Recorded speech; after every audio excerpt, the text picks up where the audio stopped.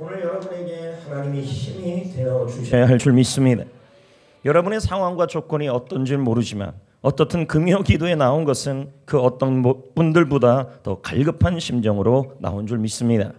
그러므로 여러분 이 시간이 좀 졸리는 시간이고 집중력이 떨어지는 시간이라 할지라도 주께서 주시는 힘으로 살아나야 할 줄 믿습니다. 하나님은 우리에게 왜 힘이 되어야 할까요? 왜냐하면 우리에게는 하나님이 힘이 되어야만 하는 상황들이 너무 많기 때문입니다. 세상의 힘이 아니라 하나님의 힘이 되어야 될 상황이 있다는 거죠. 오늘 본문 1절에 보면 이렇게 말씀합니다. 여호와께서 읽습니다. 시작. 여호와께서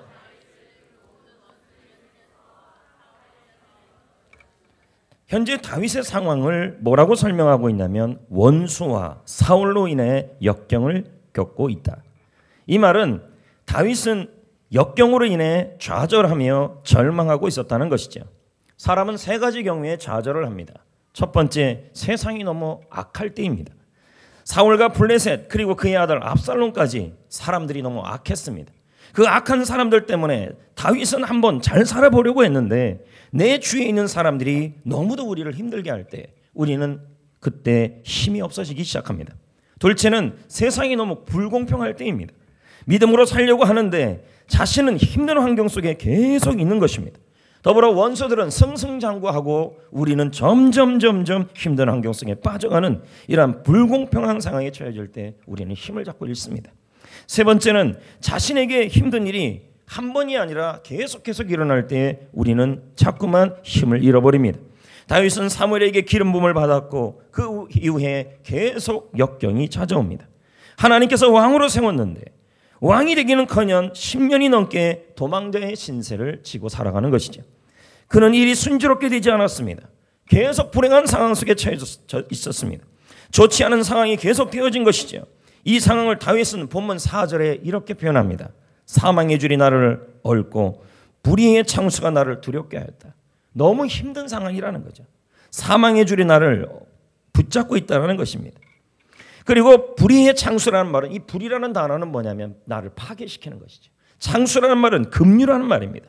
이 말은 나를 파괴시키는 일들이 급류처럼 갑자기 덮쳐온다는 얘기죠. 자신의 상황을 그렇게 설명하는 겁니다. 이런 상황에 세상의 힘이 어떻게 이걸 해결하겠냐는 거죠. 본문 5절에 다윗은 한 번도 자신의 상황을 이렇게 설명합니다. 5절 읽어봅니다. 시작. 수월의 줄이 나를 사망의 올무가 수월은 죽음을 의미하고 파멸을 의미하죠. 두르다라는 말은 에워쌌다는 얘기죠. 이런 상황에 다윗이 누구의 힘으로 이것을 극복할 수 있겠냐는 거죠. 거기다가 사망의 올무가 자신에게 이르렀다. 올무란 말은 덫이죠. 이 덫이 어떻게 쳐졌는지 어떻게 알겠냐는 거죠. 이런 상황에 4절 5절 모두의 상황은 자신의 인간의 힘으로는 도저히 극복할 수 없는 그러한 상황에 처해져 있다는 것이죠. 다윗은 사방이 다 막혀 있었고 길이 보이지 않았습니다. 그런데 하나님이 말씀하시는 겁니다.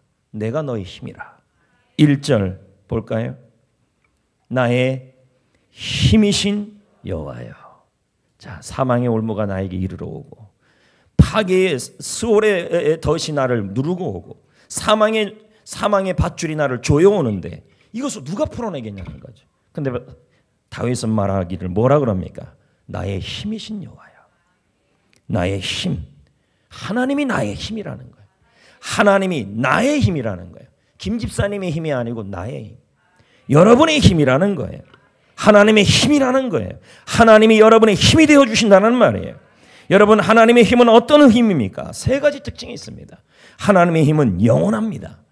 세상의 힘은 영원하지 않습니다. 재물, 권력, 명예, 과학, 사람의 힘 모두 유한합니다. 그러나 하나님의 힘은 사라지지 않습니다. 그 하나님이 누구의 힘이 되었냐? 바로 여러분의 힘이 된다는 말입니다. 여러분, 두 번째, 하나님의 힘은 불가능이 없는 힘입니다. 인간은 못하는 게 너무도 많습니다.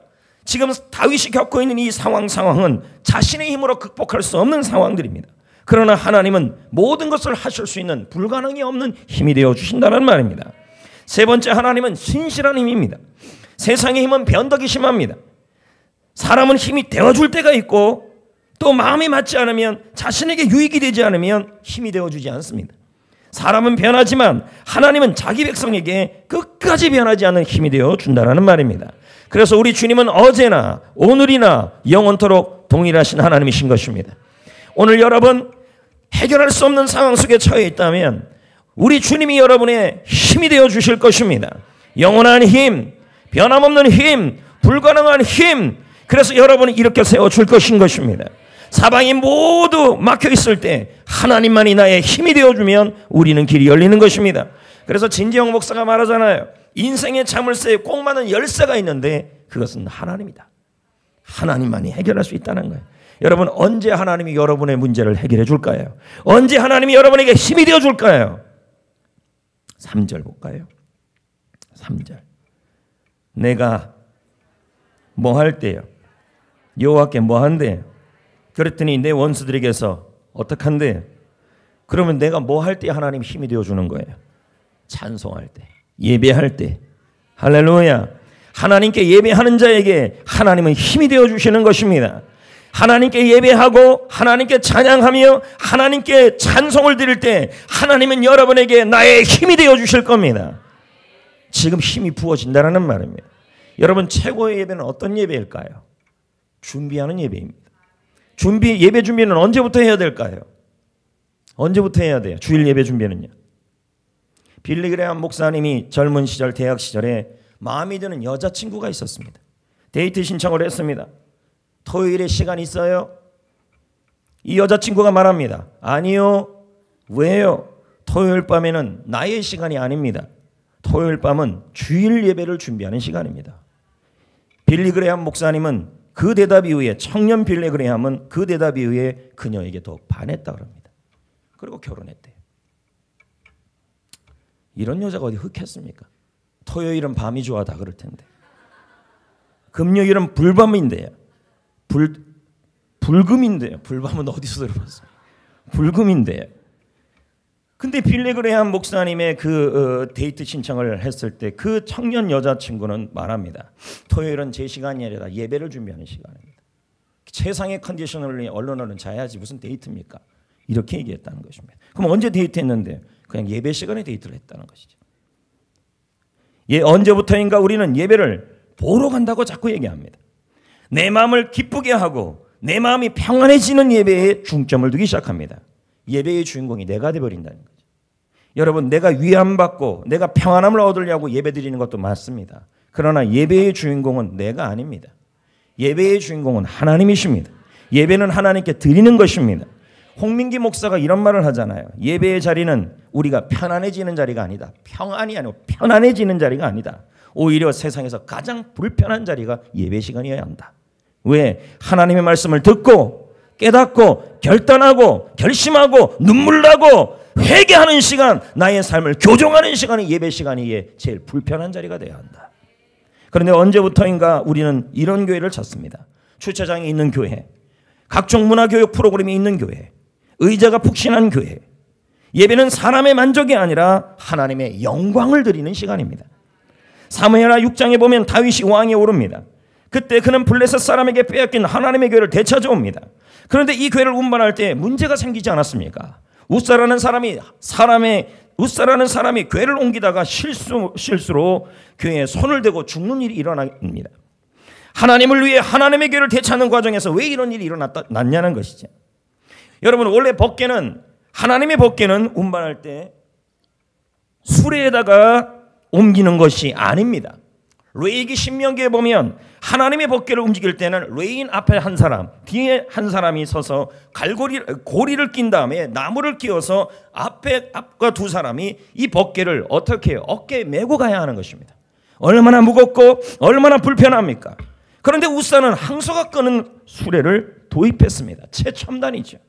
사람이 어깨에 메고 법궤를 옮기는 것과 수레에 옮기는 것 어느 것이 더 편합니까? 어느 것이 더 효과적입니까? 당연히 다 수레입니다. 그러나 여러분 이것은 하나님의 방법이 아니었습니다. 이것은 하나님의 뜻이 아니었습니다. 하나님의 방법은 이것이 아니었습니다. 하나님의 방법은 뭡니까? 예배를 드릴 땐 하나님의 방법으로 예배를 드려야 된다는 말이에요. 우리는 불편한 걸 너무 싫어한다는 겁니다. 결국 웃사는 죽고 맙니다. 이 사실이 우리에게 주는 교훈이 있습니다. 영적 메시지가 있습니다. 우리가 하나님께 최고의 예배를 드릴 때 방해를 하는 것이 무엇일까요? 대부분이 말하기를 편안한 것입니다. 세상의 편안함이 하나님 앞에 예배 드리는 것을 방해하는 경우들이 자꾸 생깁니다. 예전에 한번 우리 생각해 봅시다. 마룻바닥에서 예배를 드렸습니다. 얼마나 불편하고 얼마나 힘들었습니까? 우리 성정교회도 예전에는 그랬다 그렇지 않습니까? 연탄난로에 나무 떼고 화장실 먹는 거 씻는 거 모두 다 어떻게 했습니까? 불편했습니다. 그러나 그렇게 예배 드리는 것임에도 불구하고 하나님의 은혜가 충만히 임하는 것도 많이 봤습니다. 이젠 이런 소리까지 들립니다. 우리 교회에서 들리는 건 아니고요. 우스갯소리가 들립니다. 가장 은혜로운 설교는 짧은 설교이다. 농담만 같지만은 않습니다. 설교가 조금만 길어져도 성도들의 얼굴이 어그러지고 있습니다. 반대로 설교가 짧으면 끝날 때 저한테 그냥 예를 든 겁니다. 엄청나게 은혜 받은 얼굴로 저에게 찾아올 수도 있습니다. 무엇이 여러분 예배의 중심입니까? 예배를 온전히 드리기 위해 예배의 기초를 똑바로 닦아야 하는 것입니다.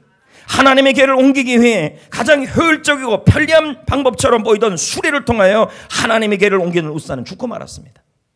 구약시대에 하나님의 뜻대로 예배를 드리지 않으면 그 자리에서 죽었습니다. 성도 여러분, 하나님이 기뻐하는 예배가 뭘까요? 내 방법대로 편하게 드리는 예배가 아니라 하나님의 방법대로 드리는 예배가 하나님이 기뻐하는 예배고, 좀 불편하더라도 그렇게 예배를 드릴 때 하나님은 나의 힘이 되어 주신다는 말이에요. 할렐루야.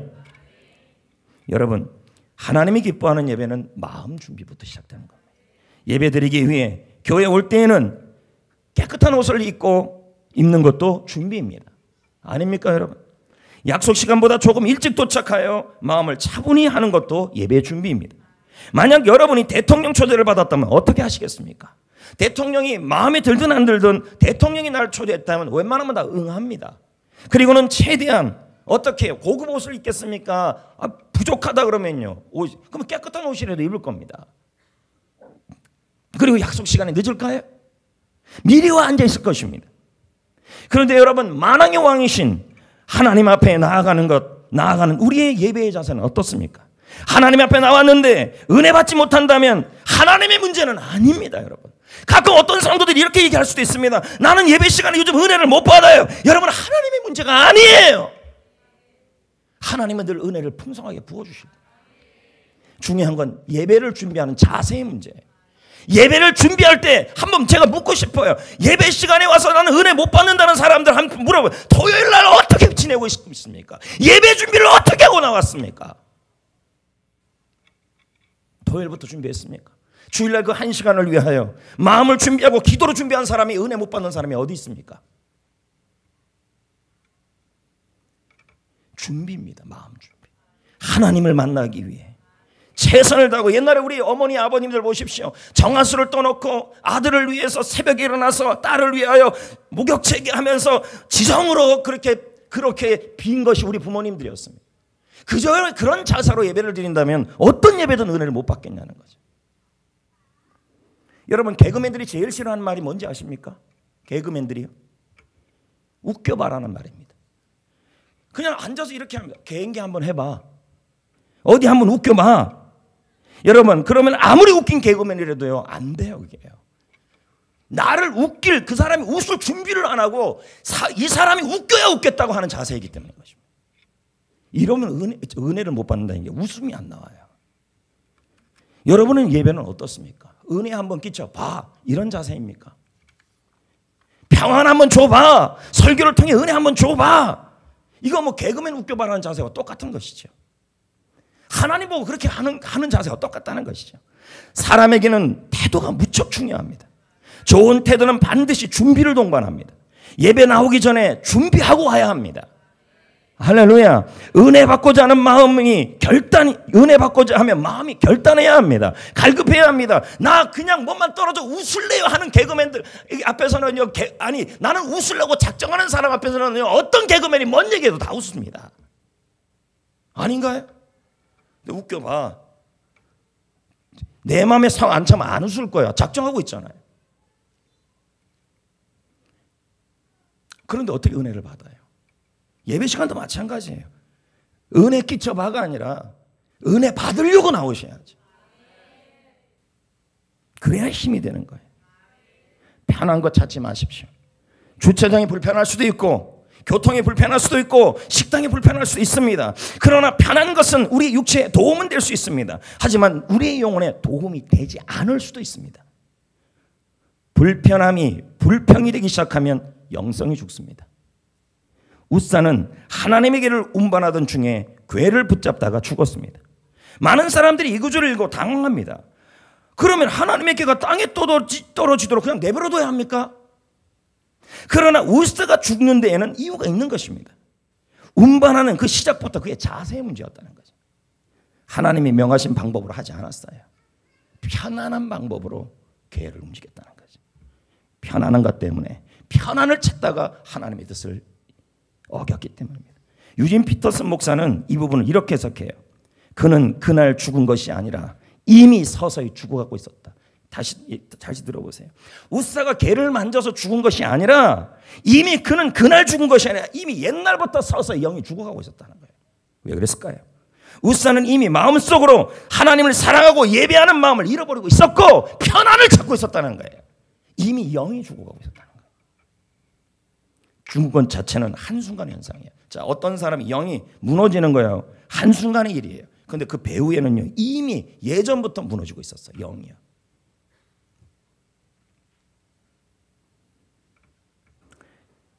웃사는 한순간에 죽은 것이 아니라 그 마음에 하나님을 향한 경외하는 경외를 잃어버리는 순간부터 서서히 이미 영이 무너지고 있었던 거예요. 그러니까 편안한 걸 찾았다가 확 무너진 거 아닙니까? 이와 같이 예배를 편안하게만 드리고 편의대로 드리는 사람은 서서히 영이 무너집니다. 예배의 은혜를 못 받아요.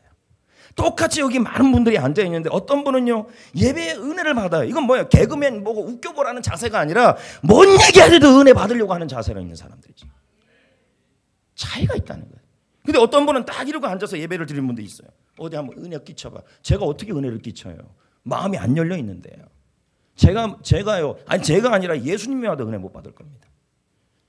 예수님이 오죽하면 이런 말을 했어요. 좋은 밭에만 30배, 60배, 100배의 말씀의 역사가 일어난다. 이런 자세는 절대 안 돼요. 오늘 목사님이 은혜 끼치면 은혜 받을 거고 이게 차원이 아니에요. 무슨 말씀이든 다 나에게 하시는 말씀으로 들어야 은혜가 돼. 준비라니까요. 한번 제가 시킨 대로 말씀드린 대로 불편하더라도 토요일부터 예배 준비하고 마음 준비하고 토요일날부터 벌써 가방 다 준비하고 성경책 준비하고 마음 준비 다 하고 토요일날 입으로 다 준비하고 이런 자세로 예배 시간 한번 와보세요. 그런 분들이 예배 늦겠습니까? 그렇게 오는데 예배 시간에 은혜 나갈 때 얼굴이 안 밝을 수 있겠냐는 거예요. 그러면서 이런 말을 할 수 없다는 거 리더한테요. 나는 요즘 예배 시간 은혜를 못 받아. 예전에는 그렇게 좋았는데 왜 그렇습니까? 하나님이 문제입니까? 말씀의 문제입니까? 자세의 문제입니다. 예배를 좀 불편하게 드리셔야 돼요. 그리고 뒤에 앉는 것보다 앞에 앉는 게 훨 낫습니다. 왜요? 뒤에 앉으면 편안해요. 제 눈이랑 잘 안 마주치니까요. 앞에 앉으면요 불편해요. 그럴 수밖에 없죠. 그러다 거기가 은혜 받을 수 있다니까. 될 수 있는 남자들이 다 뒤로 많이 갑니다. 할렐루야. 뒤에다가 거기다가 여기서 버튼 1번, 2번, 3번, 3번 누르면 막 이렇게 해서 펄쩍펄쩍 뛰게 해서 조는 순간에서 1번, 3번 탁 누르면 앞으로 딱 오고. 저 뒤쪽 한 3줄은 그렇게 했으면 좋겠습니다. 누가 더 좋을 것 같으면 저 자리 쫙. 아, 목사님이 앞으로 나가는 의미구나. 자꾸 뒤에 앉지 마세요. 뒤에 앉는 거 좋은 거 하나도 아닙니다. 앞에 앉으셔야죠. 앞에 다 비어있는데 이렇게 해요. 뒤에 뭐 있습니까? 꿀이 있습니까?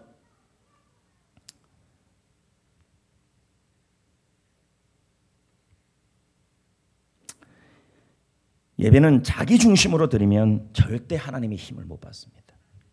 위안받기 위해 마음이 우울한데 기쁨 얻기 위해 예배 나오면 안 돼요. 예배는 하나님의 말씀을 들으려고 하나님께 영광 돌리려고 내 상태가 너무너무 힘든 상태에도 최선을 다해서 하나님께 예배하러 나오셔야 돼요. 여러분 편안한 거 찾으시면 안 돼요. 예배는 불편할 수도 있어야 돼요. 그 후 다윗은 하나님의 궤를 오베데돔 집으로 옮겨놓습니다. 이때 다윗은 드디어 하나님의 반복대로 궤를 옮깁니다. 여러분 이제 어깨 매는 거 아닙니까? 불편해요 안 불편해요? 힘이 들어요 안 힘들어요? 힘들어요. 근데 그렇게 해요. 하나님의 께가 돌아올 때 다윗이 어떡합니까? 춤을 춘다 그러잖아요. 사무엘상 6장 14, 15절 말씀 한번 봅시다. 읽어볼까요? 이제 나올 겁니다. 시작. 다윗이 앞에서 어떻게 하고 있어요? 자, 그럼 질문 한번 해보겠습니다. 이때 다윗 혼자만 그렇게 다 보고 있었을까요? 모든 사람들이 그 궤를 보고 있었을까요? 다 보고 있었을 거라는 거예요. 다 하나님 앞에 있었을 거예요. 그러니까 누구만 춤을 추고 있어요? 어떻게 춤을 추고 있어요? 이거 얼마나 불편한 일이에요. 힘을 다하여 춤을 추는데 에봇을 입었더라. 다윗과 온 이스라엘의 즐거이 여러분 봅시다. 자, 여기 한번 보세요. 다윗이 오직 하나님 앞에서 춤을 췄대요. 누구 앞에서요? 왕이라는 위엄을 다 버린 거예요. 체면 버린 거예요. 하나님의 임재와 하나님만을 바라보며 그만을 예배를 드린 거예요. 옆에 있는 사람은 신경 안 썼어요. 옆에서 떠드는 사람의 이야기도 들리지 않아요. 왜? 하나님 앞에서 예배하고 있었어요. 어떤 사람이 이렇게 수군거렸을지도 모릅니다. 저 사람 왜 저러지? 자기 혼자만 예수 믿나? 유별을 안 해? 춤추고 예배 믿냐? 그 말이 들릴 수도 있을 것입니다. 그러나 다윗은 그 말이 들리지 않아요. 온 이스라엘이 다 모여 예배하며 찬양했어요. 하지만 그 예배 안에 다윗과 하나님과의 1대1만 있었다는 말이에요. 하나님 앞에서. 우리의 예배와 기도 시간이 바로 그런 시간이 되어야 합니다. 오늘도 마찬가지예요. 우리 모두 예배를 드리지만 그 예배 안에 하나님과 나의 1대1이에요. 1대1. 찬양, 기도 시간 하나님과 1대1이에요. 옆 사람이, 옆에 있는 사람이 남편, 아내, 모르는 사람이든 신경 쓰지 마세요. 온전히 하나님이 나의 주인공이에요. 예배. 눈물이 나오면 그냥 우세요. 다윗은 춤을 췄잖아요. 하나님 앞에서. 하나님이 주시는 기쁨이 있으면 웃고 두 손 들고 찬양하고. 왜요? 옆 사람 신경 쓰지 말라고요. 예배는 하나님과 나와의 문제. 내가 힘을 얻었고 내가 주님을 만나고 불편하든 어떻든 하나님을 높이는 시간에 예배 시간에 예배를 드릴 때 찬양을 할 때 하나님께서 그 다윗을 구원해 주셨다고 나와요. 힘을 주었다. 근데 예배보다 더 중요한 게 있어요. 그게 뭔지 아십니까? 예배 끝난 이후에요. 웬 그런지 알아요? 16절을 보세요.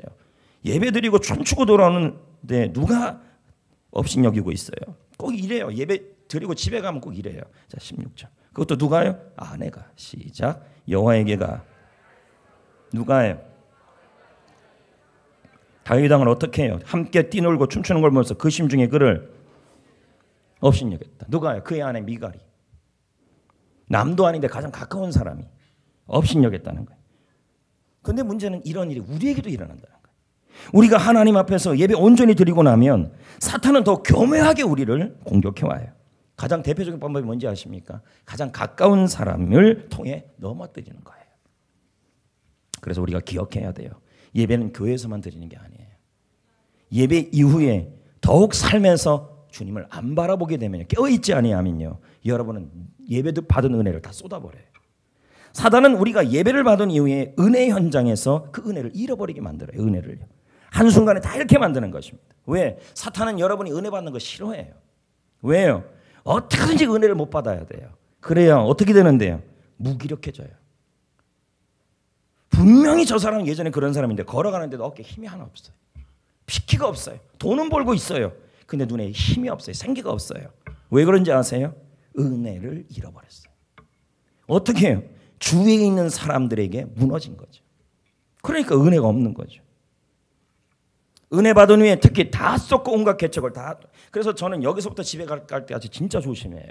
은혜 깨주고 가잖아요. 가다가 지 새끼 한 마리 보면 지가 욕 나오면 어떻게 돼요? 은혜 다 쏟는 거죠.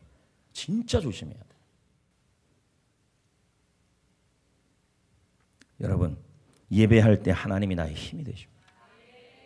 예배의 주인공은 여러분이 아니라 하나님이에요. 예배를 편리하게 드리려고 하지 말고 불편하게 드리십시오. 편한 자리 찾지 마세요. 목사님 안 보이는, 다행히 우리 교회는 기둥이 없어요. 동해에 있는 우리 교회는, 거기 교회는 기둥이 여기 있어요. 그 뒤에만 쓰면 목사님이 안 보여요. 얼마나 편합니까? 자꾸 안 보이는데 숨지 말아요. 다 보여. 위에서 보면요. 편하게 드리려면 말고 좀 불편하게 드리시고, 그래야 은혜를 받아요. 할렐루야. 아멘.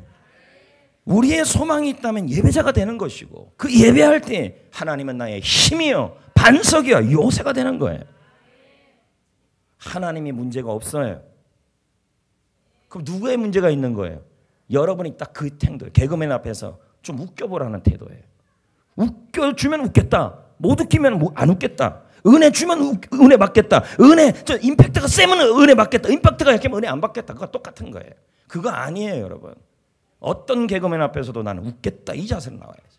하나님 앞에서 나는 하나님 앞에서 최선을 다해 어떤 말씀이든 다 은혜 받을 자세가 되어 있다. 준비해. 그럴 때 은혜가 임해요. 할렐루야. 할렐루야. 할렐루야. 옆 사람에게 인사합시다. 예배자가 됩시다. 예배 이후에 조심합시다. 누가 제일 힘들게 할까요? 미갈이 나타날 수 있습니다. 도레미파, 도레미, 그 미갈. 됐나요? 네, 할렐루야. 또 하나님이 나의 힘이 될 때가 있어요. 그때가 언제냐면 내가 하나님을 사랑할 때예요. 사랑할 때. 시편 18편 1절을 한번 보겠습니다. 시편 18편 1절. 자, 읽어볼까요? 시작. 나의 힘이 되신 힘이신 여호와여. 내가 주님을 뭐 하면 돼요? 사랑하면 뭐가 생겨요? 힘이 생겨요. 아멘. 어떤 사람을 사랑하면 뭐가 생겨요? 힘이 생겨요. 그 사람이 힘이 되어줘요. 어미쥐는 새끼쥐를 살리려고 해요. 왜요? 사랑하기 때문에. 사랑하면 힘이 생긴다니까요. 우리가 주님을 사랑하면 주님은 나의 힘이 되어주십니다. 여러분, 일꾼과 사랑하는 사람은 일하는 목적과 방법이 달라요. 일꾼은 주인으로부터 자신이 한 일에 대한 보상을 충분히 받지 못하면 지쳐요. 힘들어져요. 좌절해요. 그러나 사랑하는 사람을 위해서 일하는 경우는 사랑하는 사람과의 사랑 그 자체가 힘이에요. 그래서 늦은 밤 일을 마치고 아무리 지치고 피곤한 몸이 되었어도 그분을 위해서 하는 그 노동은 기쁨이에요. 그 일은 노동이 아니라 기쁨이에요. 오히려 힘이 나서예요. 하나님을 사랑하면 하나님이 나의 힘이 되셔요. 아멘. 아멘. 내가 주님을 사랑하나이다. 나의 힘이신 여호와여. 나는 주님을 사랑합니다. 이게 예배합니다. 똑같은 거죠. 그런 자에게 여러분, 내가 주님을 사랑합니다라는 말은, 사랑한다는 말은 뭡니까? 사랑하면 사랑하는 어떤 사람의 말도 다 은혜가 돼요. 그 사람 중심이 되니까. 예배자가 딱 그와 같아 있다는 거죠. 여러분, 예수님께서 요한복음 21장에 베드로에게 묻는 질문이 뭐였습니까? 네가 사랑하느냐였어. 사랑하느냐. 그때 베드로의 상태가 어떤 상태였는데요? 낙심하고 지치고 무너진 상태. 근데 왜 그걸 물었을까요? 너 나 사랑하기만 하면 된다. 네가 믿음이 있냐 없냐, 네가 실패했냐 안 했냐, 네가 실수가 많냐가 중요하지 않고 지금 나를 사랑하고 있기만 하면 된다. 그러면 힘이 생긴다 이 말이에요. 사랑만 있으면 용기 생겨요. 사랑이 있으면 고난도 이겨요. 사랑이 있으면요 일도 감당해요. 사랑이 있으면 사명도 감당해요. 중요한 건 사랑이에요. 믿음보다도 사랑이에요. 그래서 믿음, 소망, 사랑 이 중에 제일은 여러분 믿음보다도 중요한 건 사랑이에요. 믿음이 좀 없어도요 주님을 사랑한다 그러면요 주님께서는 힘을 주신다는 거예요. 오늘날 교회는 외적인 것에 너무 관심이 많아요. 교회를 선택할 때도 얼마나 크고 화려한가. 눈에 보이는 표적이 있으면 몰리죠. 사람들은 외적인 것들을 원합니다. 그러나 중요한 것은 주님을 사랑하는 마음. 예수님이 베드로에게 네가 나를 사랑하냐 물은 것은 베드로의 사랑을 받기 위해서가 아니에요. 예수님은 사랑이 충만하신 분이에요. 전혀 다른 뜻이 있어요. 베드로야, 네가 나를 사랑하느냐 이 말은 너의 사랑을 받고 싶은 의미도 있지만 다른 뜻도 있다. 네가 나를 사랑해야만 살 길이 열린다. 네가 나를 사랑해야만 힘이 생긴다. 네가 나를 사랑해야만 능력이 생기기 때문에 네가 사랑을 주든 안 주든 그거보다 더 중요한 것은 네가 나를 사랑해야 힘이 생기기 때문에 그걸 묻는 거다. 우리는 주님을 사랑받는 존재입니다. 주님이 우리를 사랑하십니다. 그러나 주님을 사랑하는 것은 우리가 주님을 사랑하는 건 더더욱 중요합니다. 이한규 목사님의 설교집에 보면 이런 얘기가 나와요. 목사님의 고백입니다. 나는 아무리 생각해봐도 부족한 사람입니다. 그 이한규 목사님의 말이죠. 저는 말더듬입니다. 말도 잘 못합니다. 남들 앞에 서면 생각했던 것을 다 잊어버리는 그러한 병도 있습니다. 그러니까 강단에서만 서면 생각했던 걸 다 잊어버리는 그런 병이 있는 사람이 이분이었다는 거죠. 이분 설교 진짜 잘하는 분입니다. 그런 사람이 매주 매일 설교를 어떻게 할 수 있을까? 이분의 고백이에요. 어떨 때 너무 부족해서 강단에 올라가고 싶지 않을 때가 있다. 그래도 한 가지 마음만 생각하면 마음이 평안해진다. 그것은 내가 하나님을 사랑하는 것이다. 언어도 부족하고 일하는 것도 부족하고 생각하면 난 너무 한심한 생각까지 들지만 그때도 나는 하나님을 사랑한다고 생각하면 살아갈 수 있다. 하나님을 사랑하는 것만 충분하다는 거예요.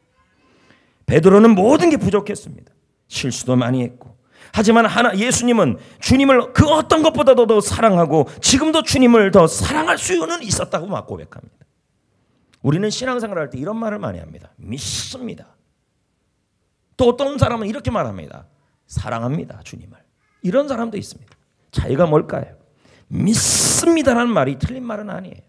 그러나 이 말은 좀 더 믿어서 더 받고 싶다. 이 말도 들어있는 거예요. 나쁜 것이 아니에요. 그러나 만약에 믿는 거 안 주면 실망하겠다. 이것도 들어있는 거예요. 반면에 주님 사랑합니다 말에는요. 뭡니까? 사랑은요 더 주고 싶은 거예요. 이 말은 뭘까요? 어떤 고난이 오고 주님이 나에게 뭘 주지 않아도 사랑하는 것 자체가 충분하기 때문에 나는 흔들리지 않습니다. 이 말이 들어있는 거예요. 베드로가 그랬어요. 한번 보세요. 마태복음 16장에 주는 그리스도시요 살아가신 하나님의 아들이라는 신앙 고백을 했어요. 맞잖아요. 마태복음 16장에. 주님을 믿겠다고 신앙 고백한 이후 얼마 있다가 주님 십자가 질 때 주님 십자가를 보기만 하고 도망가 버립니다. 그런데 보세요. 반면에 요한복음 21장에 내가 주님을 사랑합니다. 그 고백을 한 이후에 베드로가 어떻게 된지 아십니까? 직접 십자가를 집니다. 거꾸로 달려 순교합니다. 사랑을 고백한 이와 믿음을 고백한 것도 중요하지만 믿음보다도 믿음도 중요하지만 사랑한다는 고백도 하나님이 기뻐한다는 얘기죠. 그러므로 우리는 주님을 믿는다고 고백해서 주님을 사랑합니다는 고백으로 나가셔야 합니다. 그 사랑이 있으면 어떤 어려움도 참을 수 있고. 왜요? 여러분 남녀가 사랑하는 마음이 있으면요. 예전에 신상인 어맹란이가요. 어떻게 살았습니까? 맨발의 청춘으로 살았잖아요. 믿음으로 살았어요? 둘이가? 사랑이었잖아요. 아니 맨발의 청춘 얘기하는 거 지금 이분들 현재 뭐 이렇게 헤어지고 그거 얘기하는 게 아니고요. 그 맨발의 청춘에 보면 어맹란이가 맨발의 건달을 어떻게 사랑하니까 어떡합니까? 다 견디잖아요. 너무 옛날 영화예요? 어려움도 견디잖아요. 다 버리잖아요. 헌신하잖아요. 그 사람이 내 믿음이었을까요? 믿음도 있었겠지만 더 중요한 건 사랑이었어요. 그래서 주님은 지금도 여러분에게 묻는 게 있어요. 너 부족하냐? 실수했냐? 잘못했냐? 그리고 고난이 많냐? 이거 하나면 충분하다. 하나님을 사랑하냐? 오죽하면 어거스틴이 이런 말까지 하겠습니까? 하나님을 사랑하십시오. 그 다음에는 아무 일이나 하십시오. 사랑하면 된다는 거예요. 주님은 지금도 여러분에게 물어봅니다. 아무개야, 네가 나를 사랑하느냐? 어떤 것보다도 사랑하느냐? 그러면 나는 너의 힘이 될 것이고 사랑하는 자에게 하나님이 힘이 될 것이고 사랑에 빠진 사람에게 늘 힘이 생기잖아요. 하나님의 힘이 생긴다니까. 할렐루야. 여러분 힘이 생기기를 축복합니다. 또 언제 또 하나님의 힘이 될까요? 마지막 8절요. 시편 18장 18편 6절. 어깨 한번 펼까요? 이제 마지막입니다. 어깨 한번 쭉 펴시고 옆 사람에게 내가 힘이 되어 줄게요 해보세요.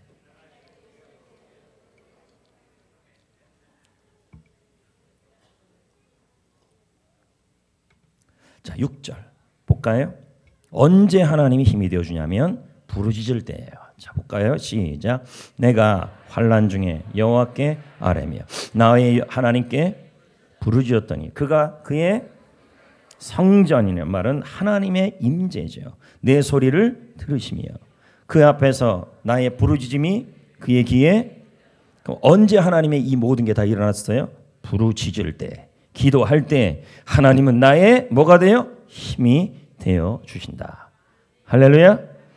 여러분 기도할 때 하나님은 나의 힘이 되시고 보호자가 되어 주시는 줄 믿습니다. 할렐루야. 열왕기하 6장에 보면 아람 왕이 이스라엘을 공격하기 위해 치밀하게 준비를 합니다. 정예 부대를 준비하여 이스라엘을 공격해요. 그런데 공격할 때마다 어떻게 이스라엘이 알았는지 반격하는 바람에 일일이 실패를 봅니다. 이런 일이 계속 되자 왕은 자신의 측근 중에 스파이가 있다고 생각을 합니다. 그러자 왕의 참모 중에 한 명이 말했습니다. 우리 중에 스파이가 있는 것이 아닙니다. 이스라엘에게는 하나님의 선지자 엘리사가 있습니다. 그의 하나님이 우리에게 은밀하게 계획한 일들을 항상 그에게 미리 알려주시고 말씀해 주셔서 엘리사가 그것을 이스라엘군에게 알려서 주기 때문에 우리가 성공하지 못하기 때문입니다. 엘리사의 힘이 되고 있다는 거죠. 하나님이. 아람 왕은 자신의 은밀한 군사 계획이 자꾸만 발각되는 이유를 알게 되었어요. 그럼 이쯤 되면 포기해야 될 거 아니에요. 그런데 그렇지 않아요. 엘리사 한 사람을 잡으려고, 그 한 사람은 잡으려고 도단성에다가 수많은 군대를 보내서 겹겹이 쏴버립니다. 자, 이때 엘리야의 힘이 되어야 돼요. 아까 다윗처럼요. 소리 그리고 사망이 나를 에워쌌다. 똑같아요. 도단성 그 집 주변에 아람 군대 전체가 꽉 빽빽히 에워쌉니다. 엘리사는 벌벌 떠는 걸 수도 있습니다. 일반적으로 이런 상황이 되면 엘리사의 종 게하시처럼 벌벌 떨 겁니다. 성경에 보면 이렇게 나와요. 내가 어떻게 해야 좋습니까? 이제 우리는 어떻게 살아갑니까? 우리가 어찌할까요? 우리 성도들도 이런 반응이 나올 때가 있다는 거죠. 겹겹이 다 사방에 막혔을 때 이러면 어찌할까요? 어떻게 살아갈 수 있을까요? 인간적인 눈으로 보면 대책이 없는 심각한 상황입니다. 사람들은 비명을 지르고 공황 상태에 빠지고 다른 사람을 원망하지요. 절망하면서 도망갈 궁리를 찾지요. 그런데 도망갈 방법도 없습니다. 근데 엘리사는 전혀 다른 반응을 보입니다. 왕하 6장 16절 뭐라고 그럽니까? 대답하여 두려워하지 말라. 우리가 함께한 자가 그들과 함께한 자보다 더 많다. 둘로 진친 사람들보다 우리와 함께한 자들이 더 많다는 거예요. 에워쌌는데 엘리사는 수많은 군대를 보면서 미칠 수 있었습니다. 하지만 그는 미치지 않았습니다. 우리 그러지 않습니까? 옆에선 사람들이 얼마나 우리를 미치게 만듭니까? 근데 엘리사는 전혀 흔들리지 않았다는 거예요. 왜 그랬을까요? 엘리사는 보이지 않는 세계를 보는 영의 눈이 있었기 때문입니다. 엘리사의 말을 종이 전혀 이해하지 못하자 엘리사는 이 종을 위하여 하나님께 기도를 합니다. 17절 기도하여 이르되 여호와여 원하건대 그의 눈을 열어 보게 하여 주옵소서. 오늘 여러분에게도 이런 눈이 열려야 하는 것입니다. 나를 힘들게 하고 어렵게 하고 내 상황을 힘들게 하고 어렵게 하는 수많은 사람들이 환경이 여러분을 숨도 못 쉬게 하는 상황에 처했을 때 여러분은 숨도 못 쉬고 있습니까? 아니면 엘리사처럼 두려워하지 않고 있습니까? 영의 눈으로 보자 육의 눈으로 볼 때와 판세가 다르게 보입니다. 포위당한 것은 엘리사가 아니라 아람 군대였습니다. 왜요? 불말과 불병거가 그 아람 군대를 또 에워싸고 있었던 것이었습니다. 하나님의 힘이죠. 시편 68편 17절에 보십시오. 하나님의 병거는 천천히요 만만이라 주께서 그 중에 계심이 이 신의 산 성소에 계심 같도다. 엘리사를 지키고 있던 하나님의 천사들이 단순한 머릿수를 채우는 존재들이 아니었습니다. 훗날 히스기야의 기도에 대한 응답으로 하나님이 천사 한 명을 보냅니다. 그 한 명이 아수르 군대 18만 명을 죽였습니다. 하나님이 거느린 천사의 힘이 이 정도예요. 그렇다고 천사를 숭배할 필요는 없습니다. 왜요? 그 천사는 구원 얻은 우리를 섬기려고 하나님이 보낸 거예요. 여러분 왜 현실이 무섭게 느껴집니까? 왜 문제가 그렇게 크게 보입니까? 이성의 눈, 상식의 눈, 인간의 눈으로 자꾸 보기 때문인 것입니다. 그런 눈으로 보면 눈에 보이는 세계밖에 보이지 않습니다. 그런데 성도 여러분 믿음의 눈을 가졌다고 해서 문제가 갑자기 사라지지 않아요. 엘리사도 보십시오. 믿음의 눈을 가졌지만 여전히 아람 군대는 힘들게 했습니다. 아니에요. 대답을 안 해요. 너무 빠져들인 거 아니에요? 혹시 개그맨 같이 듣는 건 아니죠 지금? 한번 웃겨봐 그 자세 아니죠? 보세요 여러분 엘리사가 믿음의 눈으로 불말과 불경거를 봤어요. 그런데 아람 군대가 사라진 건 아니었다니까요. 믿음의 눈으로 봤다고 해서 아람 군대가 사라지는 건 아니었다니까요. 아람 군대가 거기 그대로 있었다니까요. 맞잖아요. 여러분이 믿음의 눈으로 기도하고 있다 그래서 문제가 갑자기 사라지진 않아요. 다만 그들보다 더 큰 하나님이 지키고 있음을 알기 때문에 무서워하지 않아요. 두려워하지 않아요. 문제보다 더 크신 하나님.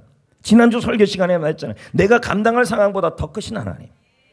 그리고 그분이 거느시는 하늘나라의 군대, 그게 있다고 생각하니 두렵지 않다는 거죠. 아람 군대가 그거 맞는 건 사실이에요. 부인할 수 없어요. 그러나 그들보다 강한 하나님이 나의 힘이 되어주시고 있다는 거예요. 할렐루야. 여러분 망원경 알아요 몰라요? 망원경 알아요 몰라요? 자, 망원경 이렇게 보면요, 먼 것이 저 뒤에서 좀 딴짓하는 두 사람 정도가 잘 보여요 안 보여요? 이렇게 보면 망원경을 여기서 하나 두면 좋을 것 같아요. 자, 이렇게 보면 여기서 보일 거 아니에요. 이렇게 보면요, 저 사람이 저 뒤에서 보이는 거예요. 뭔 말인지 알겠어요? 거꾸로 들면요 더 작게 보인다는 거죠. 근데 문제는 우리가 지금 이러고 살고 있다는 거예요. 믿음의 눈이 작아지면요 뭐가 보이냐면 문제가 멀리 있는 것이 코앞으로 보인다는 거예요. 문제가 너무 크게 보인다는 거예요. 하나님은요 작게 보이고요.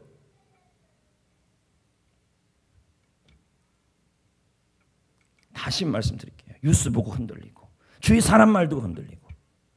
자, 보세요. 우리가 망원경이 있는데 이게 이렇게 보면, 자, 망원경이 있는데 믿음의 눈으로 안 보게 되면 문제가 어떻게 돼요? 코앞에까지 보인다니까요.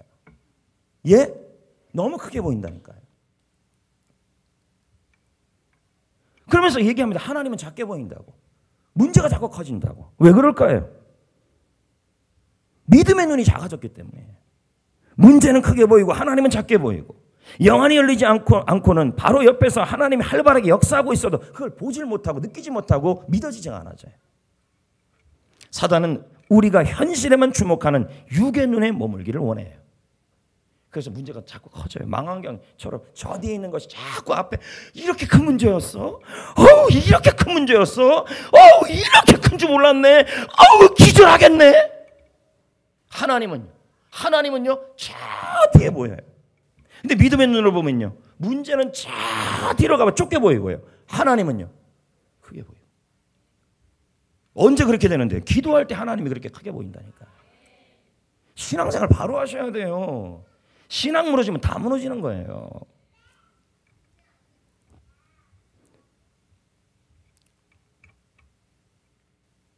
하나님은 누구에게 이 영안을 열어줄까요? 믿음의 눈을요, 영안을요. 바로 기도하는 사람입니다. 엘리사는 평소에도 기도하는 사람이었고 비상 상태에도 기도하는 사람이었어요. 그러니까 평소에 기도하는 사람은 비상 상태에 당황하지가 않아요. 볼래요? 제 말이 맞다니까요. 예레미야 33:3절. 너는 내게 기도하라. 부르짖으라. 응답한다. 놀라운 일이 보여진다. 영의 세계가 열린다. 하나님의 비전이 보인다. 하나님이 보인다. 여러분, 우리가 기도할 때 하나님은 하늘나라에 천군 천사 사령부의 출동을 내리시고 천사들은 지체 없이 우리의 기도의 영역으로 달려옵니다. 나는 약합니다. 그러나 하나님은 강합니다. 하나님 힘이 됩니다. 언제예요? 예배할 때. 언제예요? 사랑할 때. 언제예요? 기도할 때. 할렐루야. 어떻게 힘이 된대요? 2절에 보세요. 나의 반석이 되어주신대.